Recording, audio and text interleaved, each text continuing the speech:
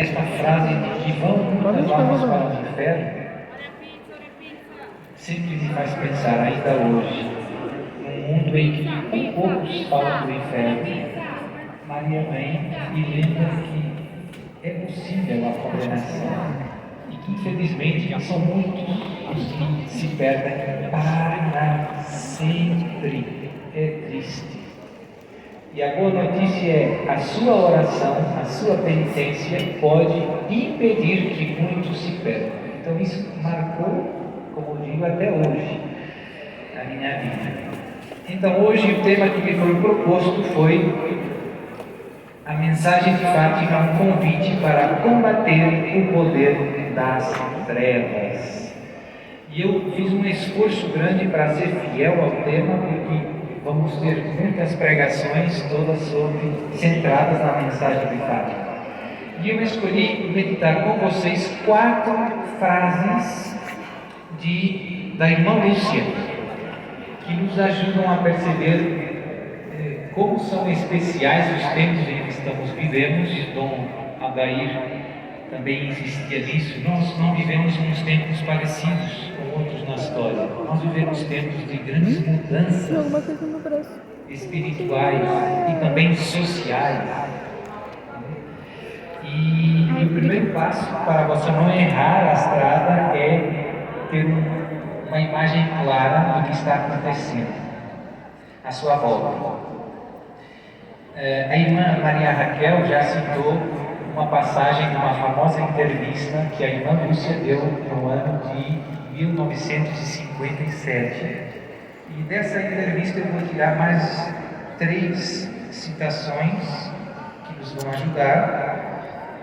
E depois de uma carta da irmã Lúcia, também conhecida, tirarei uma 4. Então a primeira, vou já direto, é uma frase muito interessante.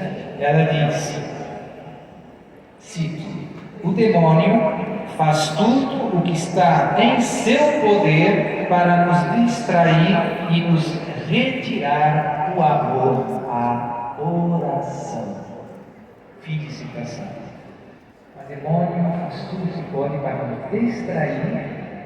Quando você está rezando, quando você está pensando em rezar, você se distrai. E para nos tirar o amor à oração, para fazer a oração pesada, algo que não nos atrai. Por quê? Por que o demônio usa essa estratégia? Por que o demônio tem tanto ódio à oração? Por um motivo simples. Porque quem reza, como dizia Santo Afonso, se salva, e quem não reza se condena. A oração é o segredo da sua perseverança até a morte, a Jesus, a sua perseverança na fé e da sua perseverança na graça, seguindo Jesus, sendo fiel aos seus ensinamentos até o fim. Se você não rezar, se eu não rezar, nós, antes ou depois, vamos nos desviar. Vamos tirar os olhos de Jesus e vamos, antes ou depois, se você não rezar, você se vai afastar dos ensinamentos de Jesus. Então, a oração é como que o Papa Francisco dizia, o oxigênio da alma. Eu gosto da ideia de que, a oração, comparar a oração com uma respiração. Parar de rezar é como parar de respirar. Você pode, se quiser, cutucar o seu irmão, dizer: meu irmão, o irmão do seu lado, parar de rezar é parar de respirar. Não vai dar certo. Rezar sempre. Rezar todos os dias. Rezar ao longo do dia. Não é só uma questão de quantidade, mas também é uma questão de quantidade. É preciso rezar bem, ou seja, colocando o coração, colocando-se na presença de Deus. Não é preciso longas orações insistindo na mesma coisa. Jesus também nos ensina tanta coisa da oração. Não é uma questão de insistir, também é necessário insistir, mas não é que você tem que convencer Deus. A oração é um encontro, um tu a tu com Deus, um tu a tu com Jesus e com os santos, com Maria. Parar de rezar é como parar de respirar. Segunda passagem da famosa entrevista da irmã Lúcia, essa é mais longa. Eu vou ler devagar, depois vou fazer alguns comentários.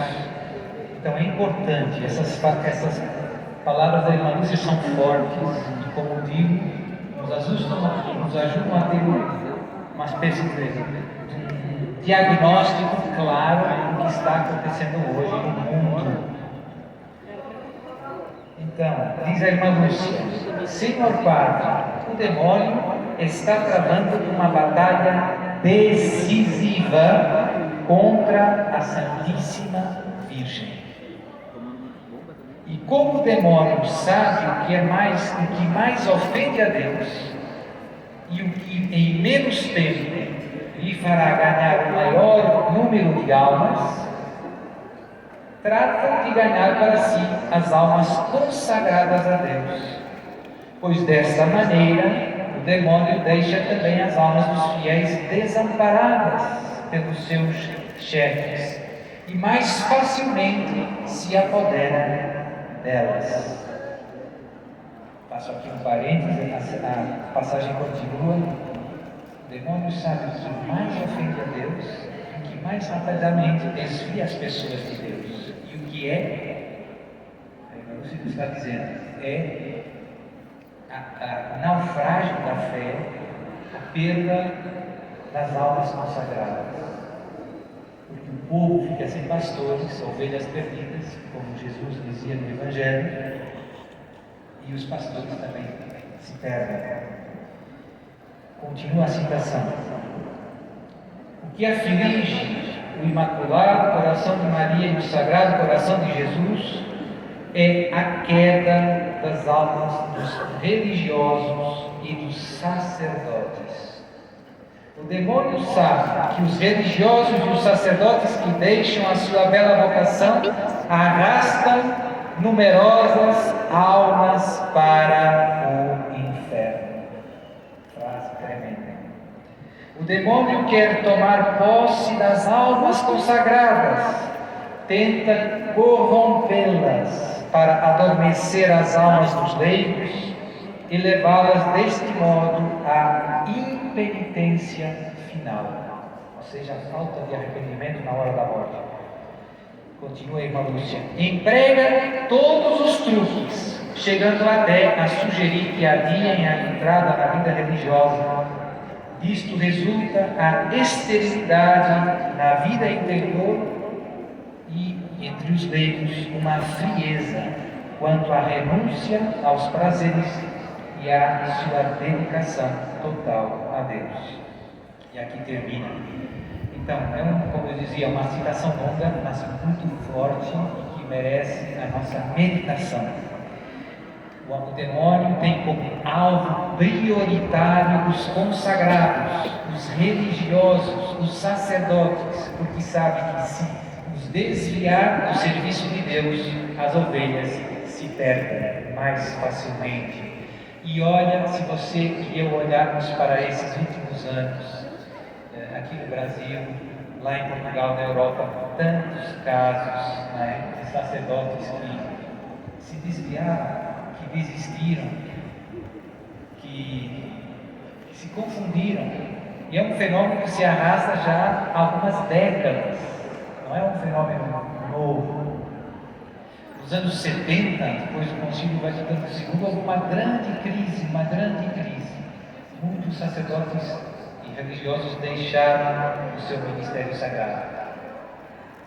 Então, algo que faz sofrer o coração de Jesus e o coração imaculado da Virgem Maria e que causa tanto dano ao povo santo de Deus. Depois tem outros sacerdotes consagrados que, embora continuem dentro da igreja visível, o seu coração está longe e se corromperam seja do ponto de vista doutrinal, já não estão ensinando a palavra de Deus, estão ensinando ideias humanas, se deixaram seduzir pelo espírito do mundo, estão ensinando falsas doutrinas contrárias à palavra de Deus, e também se corromperam moralmente, tanto os sacerdotes quanto os religiosos. E o mais triste, cair, todos podemos cair, você e eu caímos e podemos cair, mas o mais triste é aqueles que querem o pecado, que não se convertem, que já não chamam o pecado de pecado. E infelizmente isso também aconteceu dentro dos consagrados. É triste, também uma coisa que não toda a gente sabe, mas que cada vez é mais conhecida, é muito triste, que dentro de muitas casas, congregações religiosas, dentro de seminários católicos, muitos sacerdotes, e dentro do clero em geral, alguns foram caindo em práticas profundamente contrárias à vontade de Deus. Há um estilo de vida, por exemplo, de sexo desregrado. Foi surgido nos anos 60, 70 do século passado, um grupo que inicialmente era muito pequenino, mas que foi crescendo dentro da igreja, uma espécie de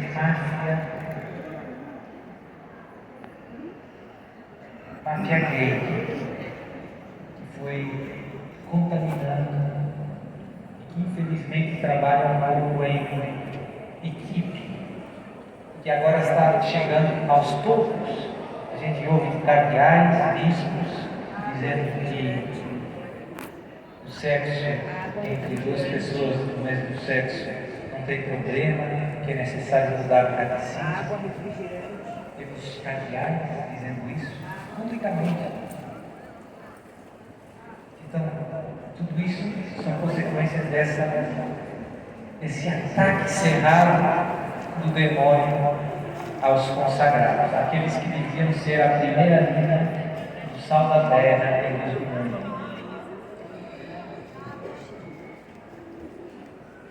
Tantas questões doutrinais que a gente ouve, que deviam ser claras para todo mundo, que ele foi barbaridade. Quem é Jesus? Tem quem pensa que Jesus, tem padre que pensa que Jesus não é Deus. É muito grave. Tem bispos que têm dúvidas. Tem padre que duvida da presença real de Jesus na Eucaristia.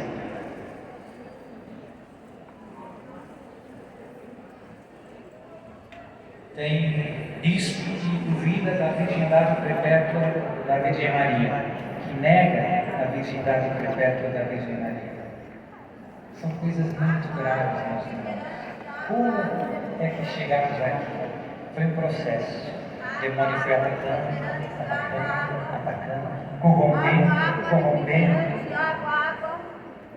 Tem cardeais que dizem que, ou que duvidam da existência do inferno. O inferno ou do demônio. O demônio não existe, só uma figura literária. Tecnicamente são heresias. Essa é a verdade. São heresias. Essa não é a fé católica. Essa não é a verdade que Deus nos revelou no seu Filho muito amado, Jesus Cristo, esse Senhor nosso. E por isso a confusão dentro dos fiéis também é grande.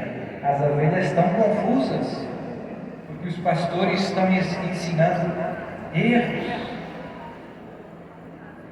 Estão vivendo mal, tantas vezes tantos escândalos. Lá em Portugal agora teve, no ano passado, um montão de escândalos que vieram à público, escândalos sexuais, infelizmente também bastante ligado à questão da pedofilia, ligado àquela que eu dizia antes, da turma gay. Portugal, em Espanha, comecei agora um estudo que dizia que 82% dos abusos de crianças por parte de clérigos são de rapazes. E que desmantelo! Pois Nossa Senhora nos avisou, tentou. Irmã Lúcia disse isso em 1957. Outra passagem, a terceira citação da Irmã Lúcia, também mais longa, mas muito importante, porque nos dá os remédios. Você está pensando, e eu mesmo, mas Padre, o que posso eu fazer agora para ajudar a solucionar este desmantelo? Então vem, a Irmã Lúcia diz: Senhor Padre, a Santíssima Virgem não me disse que estamos nos últimos tempos, mas me fez compreender isso por 3 razões. A primeira razão é porque ela me disse que o demônio está travando uma batalha decisiva contra a Santíssima Virgem. E uma batalha decisiva é uma batalha final, em que um lado será vencedor e o outro lado sofrerá uma derrota. Lógico. Assim, a partir de agora devemos escolher o nosso lado. Ou somos por Deus, ou somos pelo demônio. Não há outra possibilidade. A segunda razão é porque ela disse aos meus primos, como também a mim, que Deus está a oferecer os 2 últimos remédios ao mundo. Eles são o Santo Rosário e a devoção ao meu Imaculado Coração. São os 2 últimos remédios, o que significa... pode aplaudir e agradecer a Deus.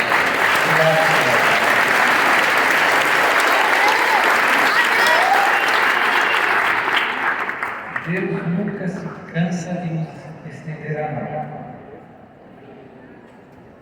Eles são os 2 últimos remédios, o que significa que não haverá outros. A terceira razão é porque nos planos da Divina Providência, Deus esgota todos os outros remédios antes de castigar o mundo. Mas quando Ele vê que o mundo não presta qualquer atenção, então, como dizemos na nossa maneira imperfeita de falar, Sua Mãe Santíssima nos oferece com um certo temor o último meio de salvação. E falo com um certo temor porque sabe que se desprezarmos e repelirmos este último meio, não teremos mais nenhum perdão no céu, porque teremos cometido pecado, a que o Evangelho chama de pecado contra o Espírito Santo. Este pecado consiste em rejeitar abertamente, com pleno conhecimento e consentimento, a salvação que Deus nos oferece. Então aqui o ponto é estes 2 últimos remédios para a conversão do mundo: o Santo Rosário e a devoção ao coração imaculado de Maria. A devoção ao Imaculado Coração de Maria inclui os 5 primeiros sábados, inclui a consagração à Nossa Senhora, graças a Deus que estamos fazendo, inclui viver as virtudes de Maria, aprender com a nossa mãe, que sempre nos traz para o seu Filho Jesus. Eu gosto muito das aparições de Nossa Senhora, porque a minha vida, como eu dizia no início, mudou. Foi uma revolução espiritual quando eu comecei vivendo o que Nossa Senhora estava a pedir. E depois, de fato, eu comecei a escutar outras aparições marianas. E comecei a perceber que desde o século XIX, desde 1830, em que Nossa Senhora apareceu em Paris, na Rue du Bac, com a famosa medalha milagrosa, que Nossa Senhora intensificou as suas aparições na história da Igreja. Se você reparar, tem um gráfico que eu uma vez vi e nunca mais esqueci, tem lá no computador, que se você sempre ouve aparições de Nossa Senhora ao longo da história, porque a mãe cuida dos seus filhos. Mas o que nós notamos de diferente é que a partir de 1830, da medalha milagrosa, Nossa Senhora começou a aparecer com mais frequência e em mais lugares. Por quê? Porque os tempos são maus e a ajuda que precisamos é maior. E por isso Nossa Senhora aparece em todo canto, sempre com a mesma pregação, que no fundo é a pregação do seu Filho Jesus. O que Jesus começou pregando depois do batismo no Rio Jordão, depois dos 40 dias no deserto de jejum, Jesus começou pregando: arrependei-vos, convertei-vos, o reino de Deus está próximo. O que Nossa Senhora pede em todo lugar? Conversão, conversão, conversão. O que João Batista pregou? Arrependei-vos, o reino de Deus está próximo. É sempre o mesmo convite. A vitória sobre o mal na história dos homens começa no seu e no meu coração, com um ato de contrição sincera. Deus entra em si e em mim e começa a transformar a história, a sua, a minha, a de São Paulo, a do Brasil, a do mundo. Nossa Senhora falou também que vai vir o castigo e que depois, por fim, o meu imaculado coração triunfará, que virá uma era de paz para o mundo. Mas essa era de paz é precedida por esta grande tribulação na qual nós estamos começando a viver.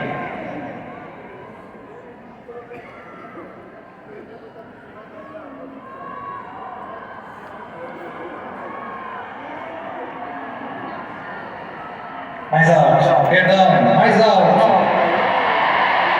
Obrigado. Mais perto, gruda mesmo, Padre. Então, última passagem, última citação da irmã Lúcia. A batalha final entre o Senhor e o reino de Satanás será a respeito do matrimônio e da família. Essa afirmação está numa carta que ela escreveu a um padre que já morreu, que depois foi cardeal, bispo e cardeal Carlo Cafarra, a quem o nosso amado São João Paulo II encarregou de fundar o Instituto João Paulo II para os estudos do matrimônio e da família. Então, quando ele foi encarregado pelo Papa, escreveu a irmã Lúcia mandou na resposta tem essa afirmação: a batalha final entre o Senhor e o reino de Satanás será a respeito do matrimônio e da família. E você, se olhar à sua volta, é isso que está acontecendo. A família nunca foi tão atacada como hoje, no século XXI, como nesses últimos anos da humanidade. Nunca aconteceu nada assim. Nunca chegamos à quantidade de divórcios que temos hoje. Nunca chegamos a legalizar, ao longo da história da humanidade, casamento entre duas pessoas do mesmo sexo. Nunca aconteceu. Nunca aconteceu na história da humanidade ensinarmos às crianças a ideologia de gênero. Nunca aconteceu. São termos terríveis. O matrimônio e a família são sob pesado ataque, porque o demônio sabe que, se conseguir destruir a família, vai conseguir também destruir a sociedade humana. Das famílias dependem dos futuros santos que vão trazer o mundo para Deus. Sem famílias santas, não tem religiosos, não tem padres, não tem vocações consagradas, não tem futuro, não tem Brasil, não tem mundo, só tem caos. E por isso é tão importante ajudar as famílias hoje que estão sob ataque, é tão importante educar bem as crianças. E está cada vez mais difícil. Por quê? Porque a luta é uma cruzada cultural e também uma cruzada, podemos dizer, legal, porque o Estado está fazendo cada vez, se está intrometendo cada vez mais no papel dos pais de transmitir a fé aos filhos e educar os filhos. Os pais cada vez menos podem fazer isso. Então está ficando pesado. Mas a boa notícia é: Deus não perde batalhas, a vitória é certa, e a vitória virá por meio do coração